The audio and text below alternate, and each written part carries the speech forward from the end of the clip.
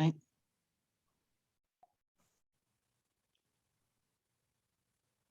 Good evening. I'm excited to be here just to chat with y'all for over the next little bit. And I know the plan is to talk about building a plan. But before we get just too far in there, I was just hoping that we might be able to figure out what everybody wanted to accomplish this evening. So together we can meet and exceed those expectations. Vice District Governor Elisa, what are you hoping to accomplish today? I'm kind of on the same page as Richard. I've been doing SWOT analyses and things my entire career, so to speak. So it's always nice to get a different perspective, come up with any new ideas. And what's your career? Right now I'm a real estate broker, but I was a stage manager for a professional theater company. I think the theater company would be more entertaining than real estate broker. I practice law and do real estate law and close transactions. And so I think every once in a while, I'd love to just be at the theater. That's what my degree is in, And so but I'm in Northern California where we ain't got it. you don't have theater in Northern California? Not at the level that I'm willing to work at. I understand. Faraday, are you with us?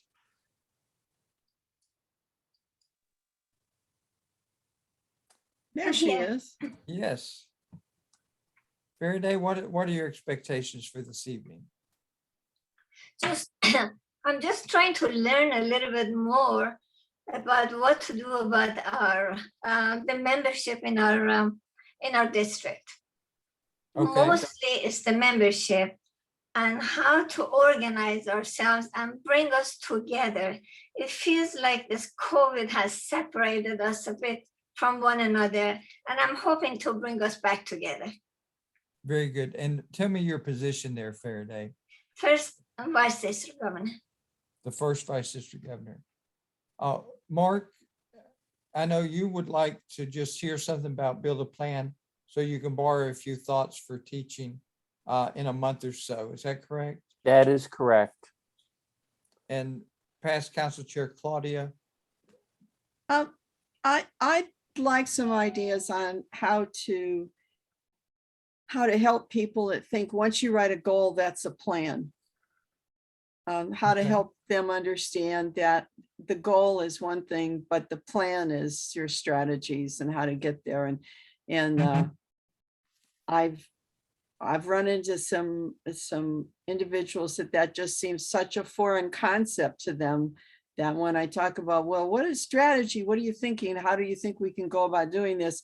And I get the deer in the headlight look, and I have not been real successful in helping move that anywhere. So I'm hoping to maybe get some other ideas. Richard was talking about how he was marketing branch clubs, Mhm. and I got a couple ideas from him before you came back, but I'm just trying to gather ideas on how maybe I can help people see a different perspective on the fact that a plan is more than a goal. I understand. So let me just start chatting, and it's going to be very conversational. So anytime that you have a question, you have a thought, you just jump in there, because I'm learning from everyone else here too. The global membership approach, which is the second version of the North American Membership Initiative, NAMI 2.0, is now the global membership approach, and we've shared it with the world because we found it to be successful.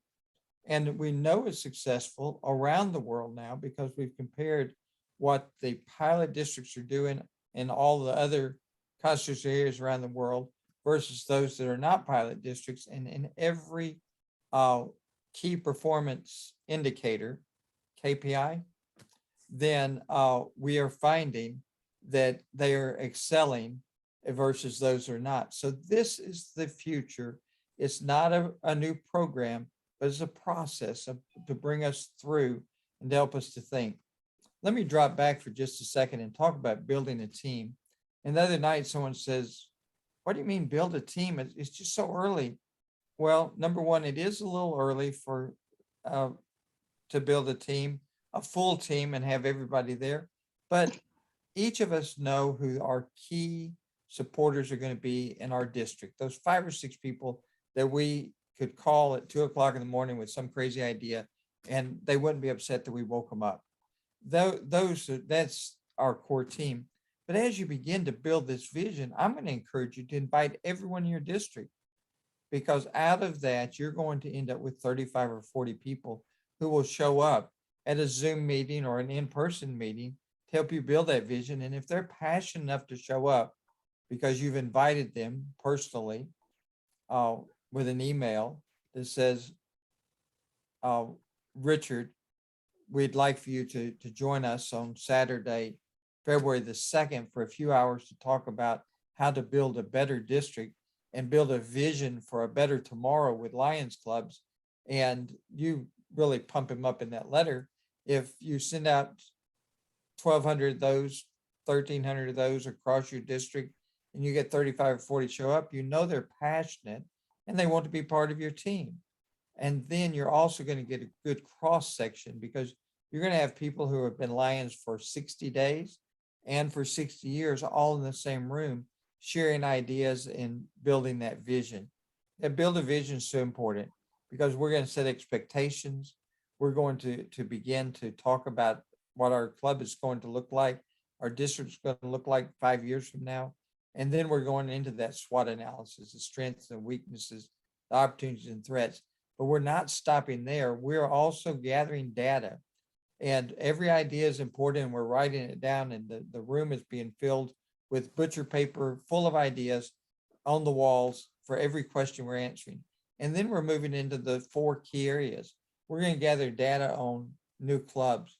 We're going to gather data on bringing members into existing clubs. We're going to bring data into retention, new fellowship and new service opportunities, and then leadership support. And so when you finish, you're going to have about 20 butcher papers full of ideas. Now, at the end of that meeting, you can decide, I'm the vice district governor, the district governor elect, and I'm going to write this plan, and by George, I'm going to do it all by myself.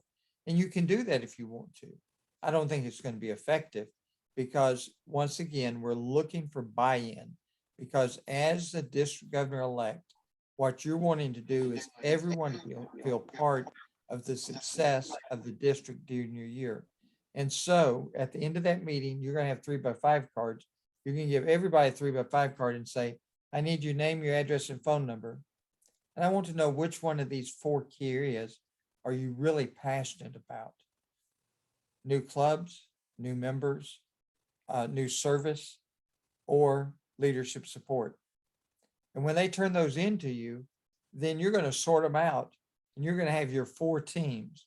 And each of those 4 teams then are going to be challenged to build their plan of action based upon all the ideas that have been posted. Now, you as a district governor elect or someone on your team needs to type up all those ideas and share with everyone that was there, but also share with everyone in the district, so that everyone in the district begins to understand that this is real. We're using this process. This is the roster of the visionaries I had, the 35 or 40 people. This is all the ideas that we had. And now we've got these 4 teams, and go ahead and list who's on those teams. They're building out plans. Now, building a plan is not the same as what the group did earlier, building a goal.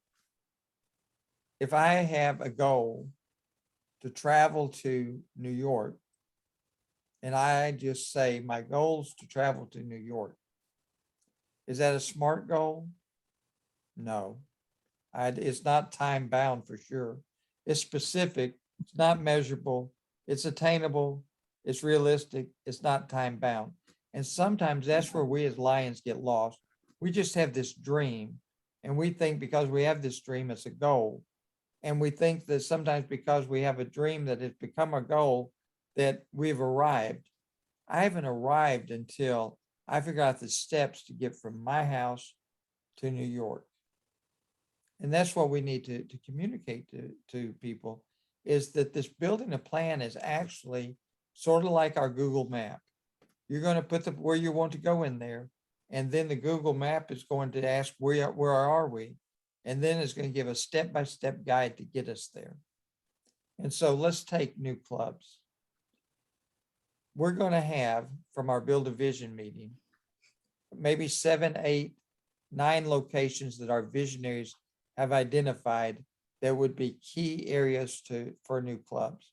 We're going to have a list of training opportunities that people need in order to be on this team and help us to bring these clubs to reality.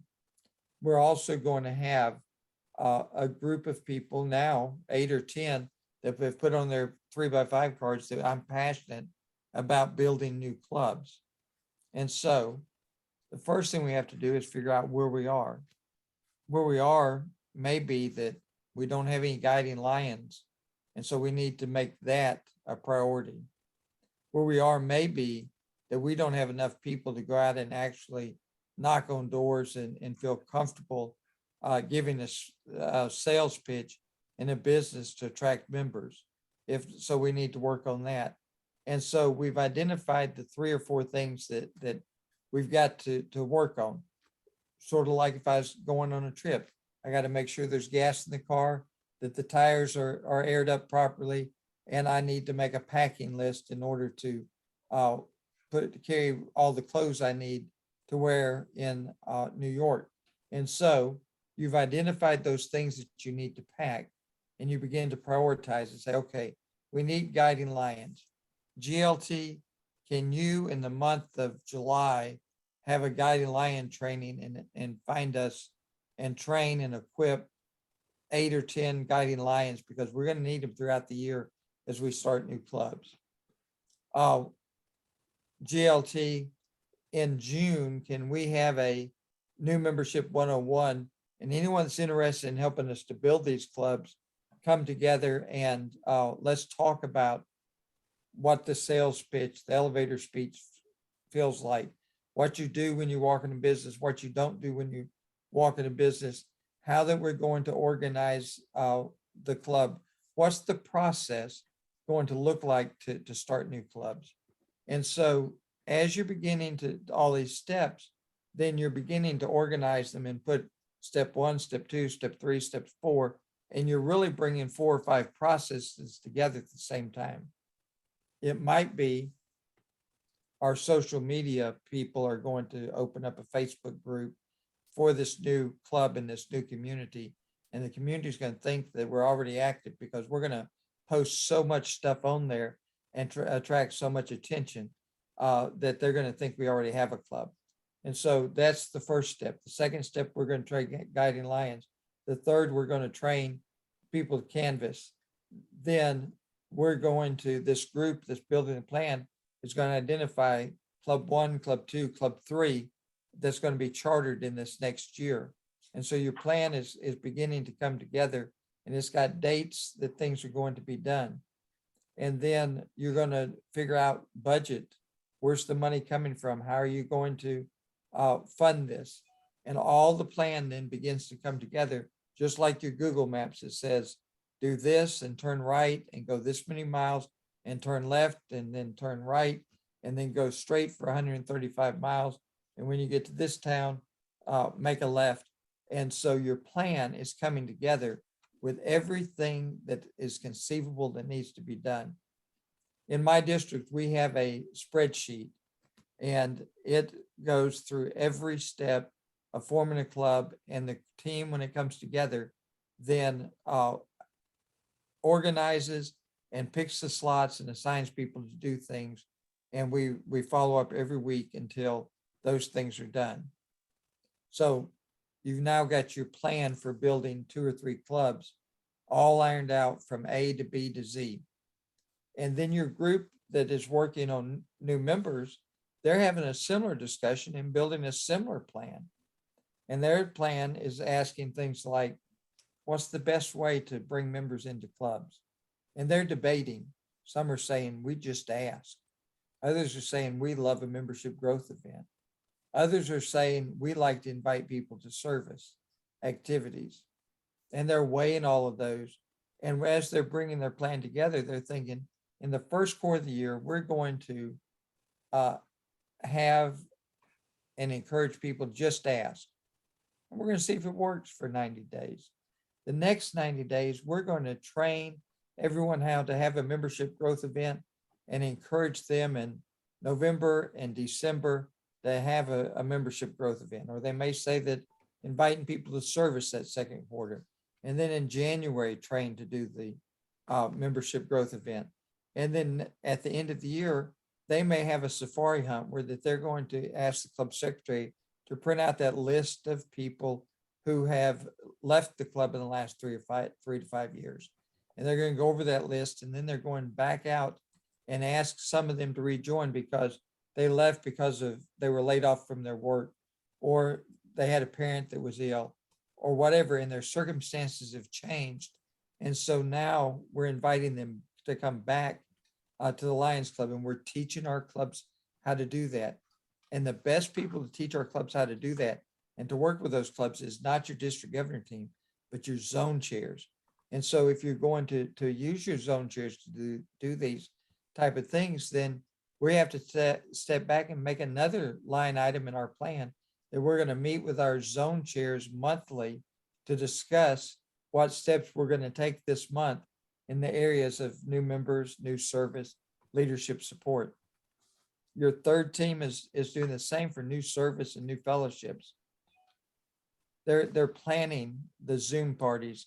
They're planning to focus on different service opportunities. They're putting dates and what they're going to do, how they're going to train, how the zone chairs are going to carry this message to the clubs. And so your plan is coming together. And why do you need a champion? I'm going to tell you why you need a champion.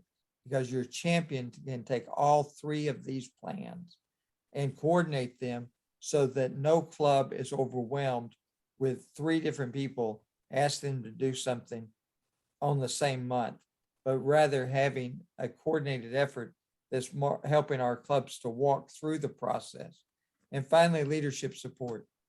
And, leadership support can take such a great approach and help us to build leaders. But we've got the Lions Learning Center. We've got Zoom now that we've all learned how to use. We have in-person meetings that we can train and equip. We can have one-on-one training. We can have a district administrator who can actually work with the club secretaries in a Zoom format and share their screen and show how to report service and how to drop members and help to accomplish those things. And so now we have our fourth plan for leadership development. And then our district governor team with our champion comes together and pulls those plans together and puts them on calendars so that we have our marching orders. Now that we have our map, our road plan, our plan of action, we know where we are, we know where we want to go. And if we'll take these 12 steps throughout the year, then we'll get there. Now, understand that you're going to have a plethora of ideas from your Build a Vision meeting. And you're going to have, each team is going to prioritize and pick 1 or 2 things they can accomplish this year, 3 max, because we're not going to be able to get all of those ideas worked into our plan of action. We'll be so ADD that we'll just be bouncing off the walls. We need to stay focused on 1 or 2 ideas that's going to get us to where we need to be. Because if we can build a firmer foundation and take a step or 2 towards success this year, then our next district governor can take and build a plan from that level and take another step or 2 and be at a next highest plane. Give us 5 years and we are going to be chartering 2 and 3 clubs a year consistently. We're going to be having positive membership growth consistently. We're going to be serving more people than we've ever served before. And I really think that even here in the United States, that we can get to the point that we serve 100 million, 200 million people per year. We can do as much in the US if we start reporting our service is what we're recording worldwide, because we've got 11,000 clubs that are fantastic. And we've just got to help them understand why it's important to report, because we need to know how many smiles we're putting on the faces of others. And then it comes back to that leadership plan. That leadership plan may cover things like building, equipping clubs to report better, because we've got to equip, we've got to encourage, we've got to empower our Lions to do things like they've never done before. This planning session is a lot of work, but if it's done right, it will make your year as a district governor the easiest year ever, because all you got to do is keep following the plan. Walk 50 yards, take a left. Walk 50 yards, take a right. Just don't ever make a U-turn, because we only have one direction. We're going in that direction is success. Does any of that make sense to y'all? I get excited and talk way too much. Biggest thing we have to remember is, I mean, in my district, and Jamie just popped on here, we have little microcosms where we're urban and we're really rural, and we're really spread out, and then we're not spread out. And what works in one place doesn't work in another. Absolutely. And it's, you know, people have told us you should put a club here. Well, there's 12 people in town, and the nearest town is 70 miles away. We're not putting a club there. It doesn't make any sense to make Absolutely. people, and it's in a mountain. So in the winter it snows. They're not going to drive 75 miles in the winter when it snows to go to a club in a town of 12 people. I would agree. Now, here in Alabama, we've got about 6 counties that are all rural, and we don't have a club anywhere in the county. And I think that we probably could go to the county seat, and with the Department of Child Protective Services, the court system, and some folks like that could put a club together, even in some small towns. However, we just have not done that, and they're not in my district. And so I agree. Every idea that is written down is important, but every idea that's written down will not be adopted, if that makes sense. We won't. Well, it makes perfect sense. But the other thing that kills us is our population. We have a whole 800 in our district is 850,000 people to pull from. We don't even have 1 million people to pull from. In 33,000 plus square miles. I don't know how many folks we have in North Alabama. You got more than that. In the northern third, I'm not sure. We probably are less than that, but I don't know. It's a challenge, but we've got to find the positives and how to get that done. And so we've got a town with 12 people that want a club. Maybe we start a district-wide virtual club, and we bring all of these different townspeople together in a virtual club, but they serve in their community, and they just meet online. They report their service online, and they handle things that way. Or you make them a branch of a bigger club with the idea that they are simply going to be part of the downtown largest club in the district, and they're going to be the branch there so that they can serve. Or if they've got a 501c3, they can have a join together club with just 15. Yeah, no, and all of those things are ideas that we've been trying to enlist. Our biggest problem is 20% of our district still is out of internet world. Oh, Lord of mercy. Yeah. And I thought we were bad in Alabama. Oh, no. Oh, no. And Jamie's over there going, yep. I mean, we have areas of our district we can't even do a Zoom meeting with. And they're what, 2.5, 3 hours away. So we have interesting challenges. Well, and that's why it's so important to get those visionaries together, because if you get 25, 30, 35 Lions together that are all creative and they've come together, and you just let them talk, write down every idea, because at that build a vision meeting, the ground rules is we do not say we've never done it that way before, or we've tried that and it didn't work. Every idea is important. We're going to stick it up on the wall, and then we're going to prioritize and let you determine which ideas are the most pressing and which 2 or 3 things are the ones we're going to work on this year. Because if we get you to do it this year and your district governor elect behind you to do something else, in about 4 or 5 years, we'll have all these ideas worked out, and we just have to keep prioritizing and prioritizing. Well, I started NAMI before it was NAMI, my first time through as governor. Mhm. And when I went to the clubs to do the visitations, it was a chat rather than a speech. And it got them engaged. And fortunately, most of our continuing governors since have done that. It helps. Because It they does. think they think you're listening to them and getting their input. And I've suggested that second vice district governors read John Maxwell's book, The 5 Levels of Leadership, and go from you're laughing at me. I own every John Maxwell book there is. Go from being a positional leader to a permissional leader simply by going to service projects, roll up your sleeves, and helping serve pancakes or whatever. If we could get all of our vice district governors just to be the service liaison and get out there and roll up their sleeves and add value, then those clubs will give them permission to lead. And by the time they're district governors, they will all be producing the results we're looking to produce. And then a past district governor should be promoting people and leading teams of teams to their pinnacle leader. That's my side note right now. I love Maxwell's books.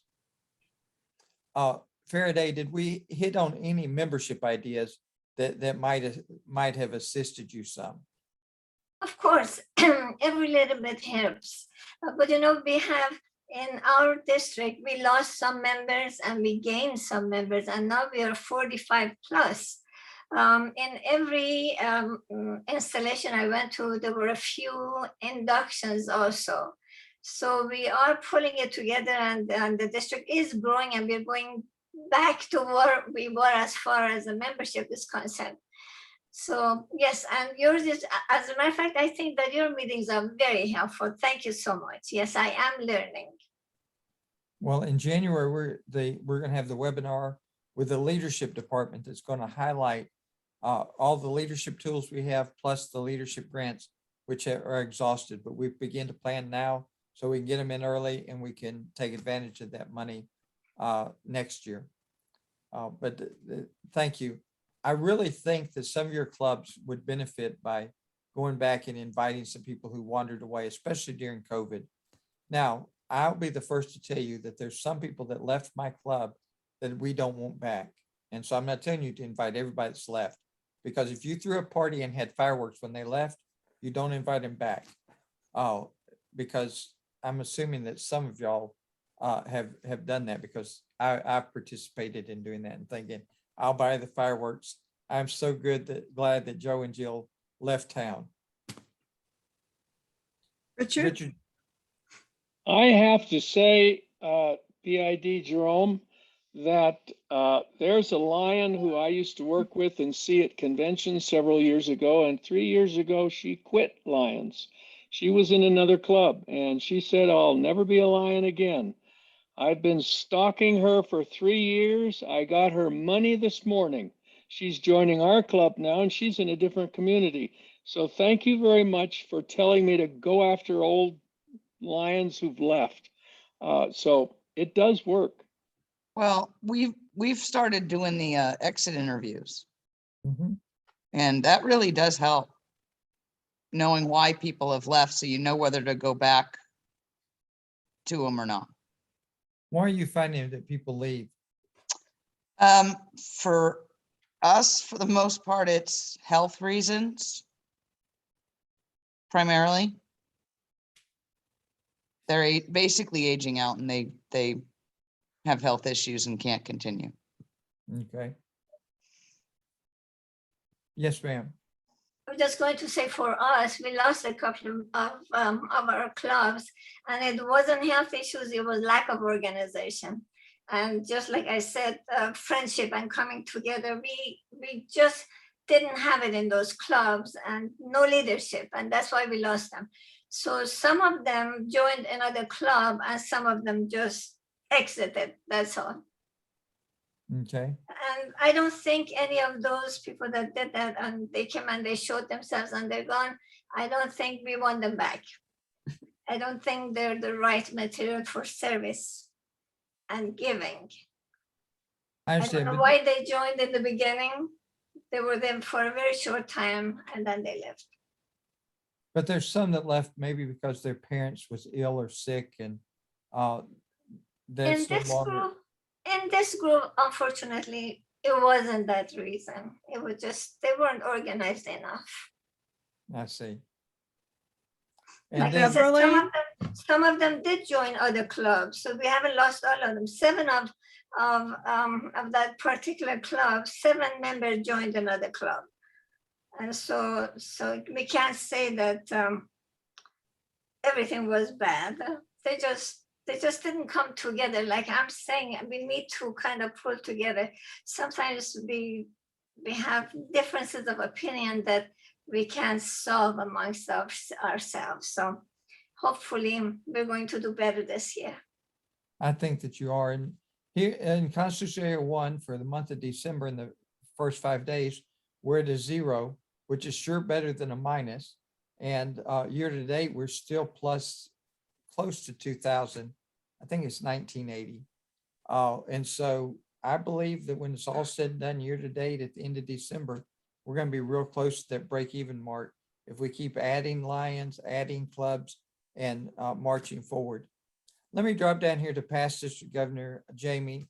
You joined us after I went around the room and asked about expectations and what you were hoping to get out of tonight. And so share with me your thoughts as to why that you popped in and what I can do to make sure that you leave here with a smile on your face. Oh, well, I popped in just because I'm with the Lisa in the same district Lisa is, and so we have lost losing a lot of clubs, trying to get some clubs going again. Membership, even at within the individual clubs. My club, we're sort of staying steady. We dropped from the year before. We have a lot of older Lions. California-wide, I'm a member of a committee called the Youth Outreach Committee.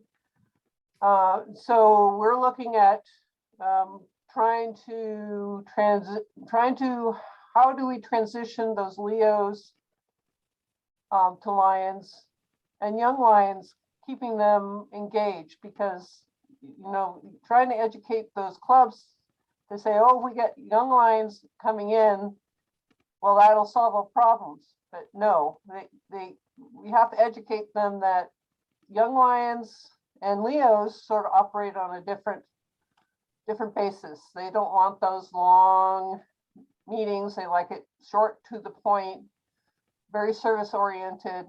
So that's the other reason I'm here, is just trying to learn more ways of how we can help those Leos then transition to Lions. I think one of the ways that we do is we form a club for them to be in so they can operate as they feel most comfortable. Because a few years ago, I went on a college campus with a group of individuals to start this club. And I'll never forget that there was the sponsoring club says, we have guiding Lions who were former professors at the university. And they did. And those former professors were probably 80 and 85. And so they go into the organizational meeting and we've elected officers and we're getting it all together. And one of them says, I'll stay out here by the booth and continue to pass out applications. In about 30 minutes, I'll swap with you. Well, the campus club president started the meeting. They had a very long agenda, but in about 20 minutes, they had resolved all their issues, made decisions, t-shirts, colors, slogans, a first service project, everything. And so someone moved to adjourn and they were leaving, and the older fellow that had been in the hall comes in and says, I'll swap with you. You go out there and pass that application now. He says, I don't know what happened. The meeting's over and they've all left.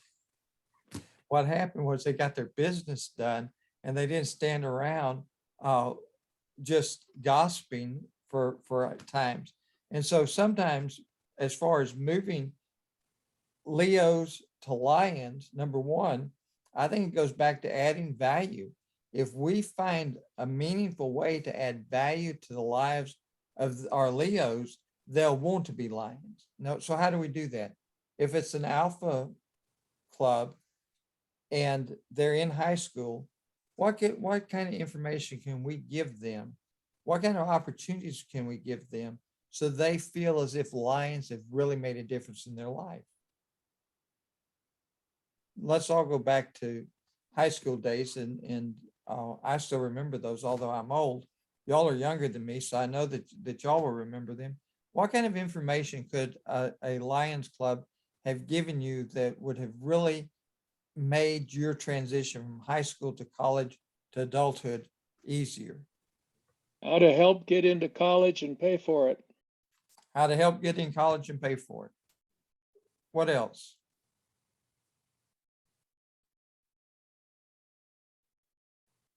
Is the military an option for me? Should I go to trade school?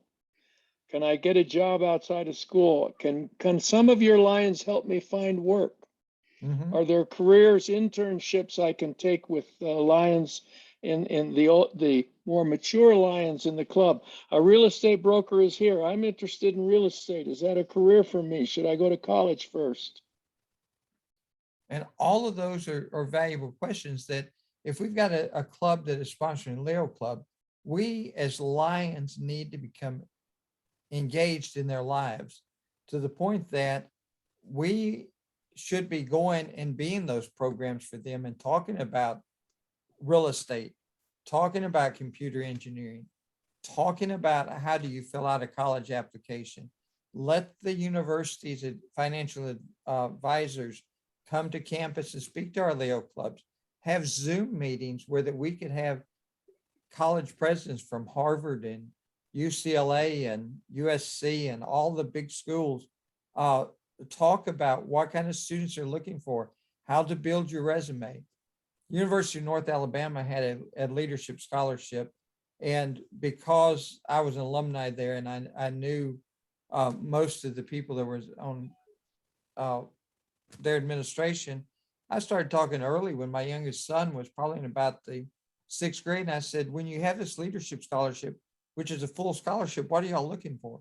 And they said, we're looking for a resume that shows every leadership opportunity that he's availed himself of from the 9th grade through the 12th grade. And then we give it points and we score it. And then whoever has the highest score then gets the scholarship. I'm here to tell you that my son's service leadership resume is still passed out and used as an example over there, because when he started 9th grade, if he was on the freshman committee to do the homecoming t-shirt, we wrote it down. If he was helped to build the homecoming float, we wrote it down. If he helped to be on the committee to design the float, we wrote it down. If he was a class officer, we wrote it down. If he was with Future Farmers of America and he did a speech contest, we wrote it down. They took his resume, they scored it, they offered him, I think, a renewable scholarship for like $16,000 a year, which basically paid tuition, room and board at the dorm, and for books. It was a great deal. But the admissions, vice president of admissions, every time I see her says, you know, we're still passing out James's resume to others as a model. Now, if we've got that kind of information and we've got those people that can come and tell our students, and then they believe the only reason they got to school and went to college was Lions, will they transition from Leo to Lions? Yes, because they have seen the value of what Lions have done for them and they want to be part of us. And so, Richard, to answer your question and all your ideas, yes, yes, yes. we've got to begin to add value to the life of those students. This new campus club that we're starting over in Florence, which is a town and gown club, it's going to be a third students, a third business people, and a third administration coming together. They're going to form a community-wide Leo club, and then they're going to 2 months have Zoom meetings to add value to their lives. The third month, they're going to bring all the students onto the college campus to do a service project. And that is going to be the recruitment efforts of the university. And the university is going to sponsor the cost for the service project in order to get those kids on their campus, give them a memorable experience, and hopefully gain them as students in the future. The university's planning to invest in them. The club's planning to invest in them. I think that it's win-win for everyone. What do you think? Crazy idea? I specialize in out-of-the-box crazy ideas. I don't think it's a Beverly? crazy idea. I think it's a great idea if you have access to those kinds of things. Mm-hmm. And every club doesn't, and that's fine.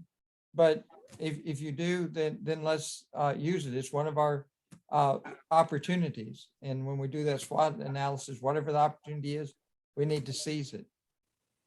We need to seize it. And Beverly Block, you joined me after I started talking about expectations. What can we do that'll help you to leave today with a smile on your face, thinking that this was well worth your time?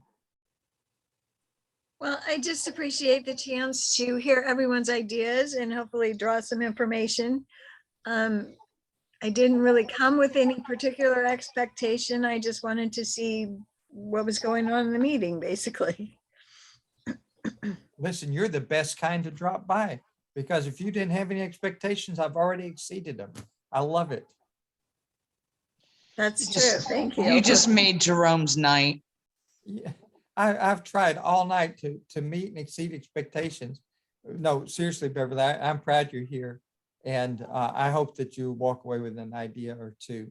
I'm going to open it up and let y'all do some talking and questions and sharing among yourselves. And let's see if we can pull this, all of our thoughts together and make sure that everyone's expectations are met before we leave.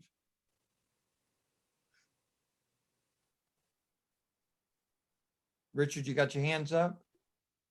He's clapping. He's got his hand up. He's just messing around. I've got more buttons. There you go. Thank you. You know, no matter how small a town is, as long as it has a school, it has an opportunity for a branch. And the branch can be a branch of another club somewhere else in the nearest, in the county seat, let's say. I'm from Northern California, so I'm no stranger to that, but now I've got the Idaho, New Mexico, Nevada, Arizona, and Utah. And boy, that's an awful lot of miles. And as long as your town has a school, you've got a hotbed for fertilizing a small group of Lions who are already serving and can benefit from being members of a club. And especially if they're a branch of a larger club in a bigger community, let's say down the road, that maybe has some fundraising abilities that can help that smaller town. So I think even if they're not on the internet, you can do something with a branch. And as long as you're specializing in schools, you've got an awful lot of things to offer. That's just a personal opinion. That's great if there were schools in the area. All right, is everybody homeschooled there? It's not that, it's just those kids are bused 80 to 100 miles Really? a Ooh, day to school. That's amazing. I apologize. I don't know how to turn all these things off. There you Yeah, go. you're just, I Oh, said, we have our challenges up here and it's something we've accepted and we know that we have them. It's just trying to work around them. Well, we want to help you, and we're going to keep tossing ideas until something works, if that's okay. Just forgive our ignorance if they're I not said, knowing the area.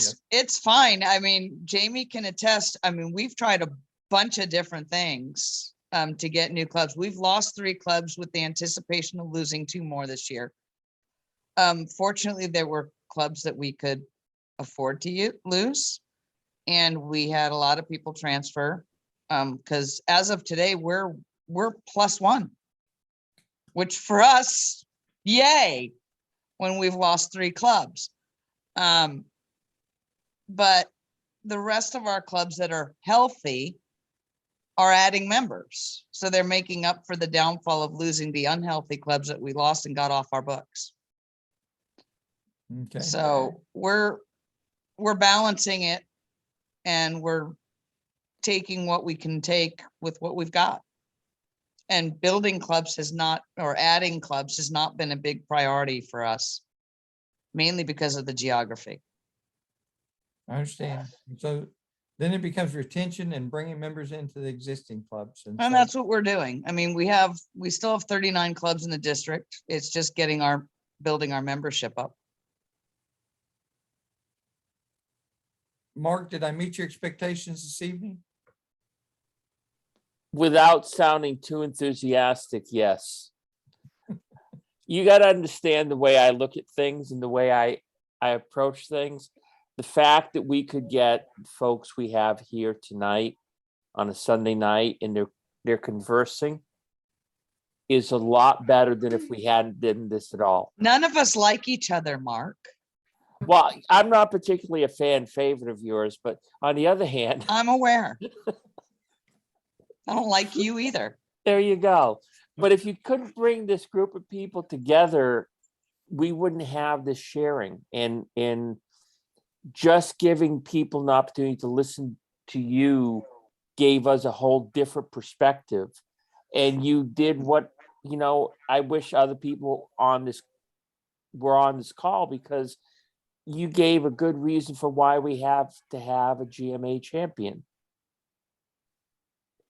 And I caught that, and it thrilled me. So this is a start, and there'll be a time when everybody comes to a me chat. But right now, you've met my expectations for kicking them off, and I thank you for that. Well, thank you. I'm gonna toss out one last idea. I realize we've got 11 minutes, and I will try to give you 2 of them back. I'm currently working with Lions Clubs International staff on the membership side and the LCIF side.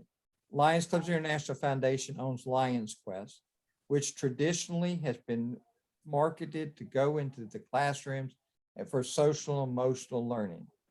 We have now figured out a new way to use that Lions Quest in the US, and that is we can use that as a juvenile detention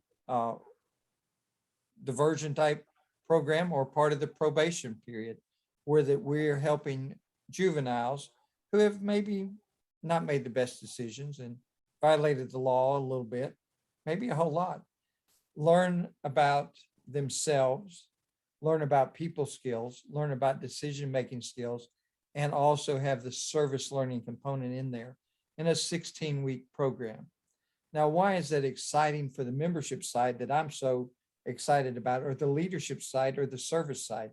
Number one, that if we can bring like-minded people together, sheriffs, police officers, Department of Human Resources, Child Protective Services, juvenile probation officers, judges, children's policy councils, educators, and form a club that's a special interest club to do nothing but promote Lions Quest in their community and support it. Lions Clubs International Foundation, LCIF, has $1,500 a grant for you to explain the program to all your community leaders. And then if they agree to adopt the program and use it in alternative schools, use it in the juvenile justice, use it with foster kids, or use it with an after-school program, then there's another $15,000 grant per district per year that will help you to design the program that's needed in your particular area, because we realize that when you cut it down to 16, 18, 20 lessons, that every community is going to be slightly different. One may have a meth problem, one may have a pill problem, one may have a truancy problem, one may have some other problem. And we begin to build and tailor that program for your after-school program, your alternative school program, your juvenile delinquent program. Lions Clubs International has developed a program developer to work with us in this Lions Quest clubs to develop and tailor the program to whatever your group needs.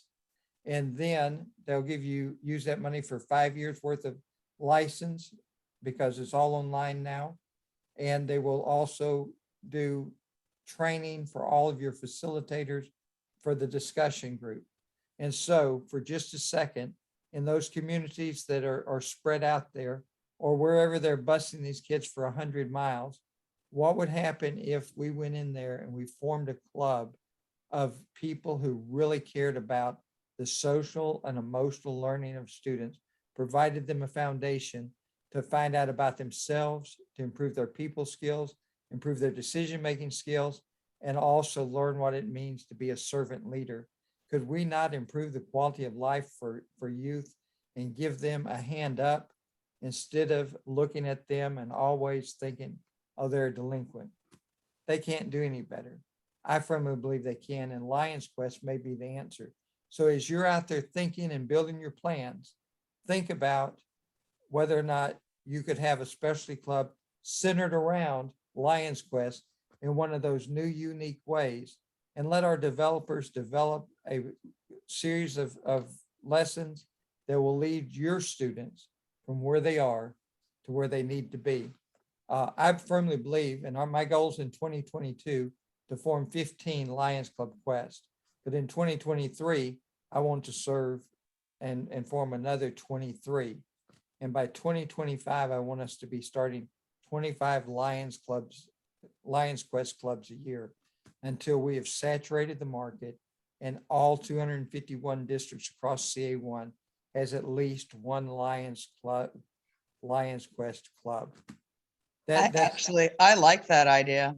I tried to great? get Lions Quest into the schools because I used to be a teacher and couldn't get it into the schools. and we're having that problem across the US. And so I've sat down and talked with the membership department. And I've talked with Lions Quest, and that's why that we have. I'll be talking to you. Do what? I'll be talking to you later. Oh, please do. But that's why we tailored it and tried to find a new niche. Right now, currently, we have a Supreme Court justice from Kentucky that's the head of the education for all the family judges and juvenile judges in Kentucky that loves the concept and is looking at forming a club right away, but inviting Lions to come to their next conference and explain how Lions Quest can change the juvenile justice system from a punitive system to a rehabilitative system using Lions Quest. And so, yes, if you find a way that you can use it, Lions Clubs International Foundation for the first time ever is to the point that they're willing to tailor their program, Lions Quest, to fit the needs of the community instead of trying to figure out how the community is going to fit into their program. And so I'm excited about it. I like it. That's all of my sales pitch for tonight. You know, I could go for days, Mark. I just love this. Any parting questions, comments, or concerns?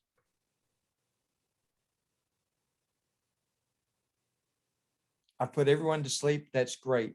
Y'all have a great evening. If you need me, call me, text me, email me. I'm here to help. We've got two great area leaders on the call tonight that also we're here to help. I am the luckiest lion on the face of the earth. I have 15 very dedicated area leaders across CA1, and together we're making a difference. We're putting smiles on the faces of those in need, but also we're putting smiles on the faces of our lion leaders across CA1. Thank you for joining me this evening. Thank you so much. Thank you. Bye-bye. Thank you. So we go. Maybe.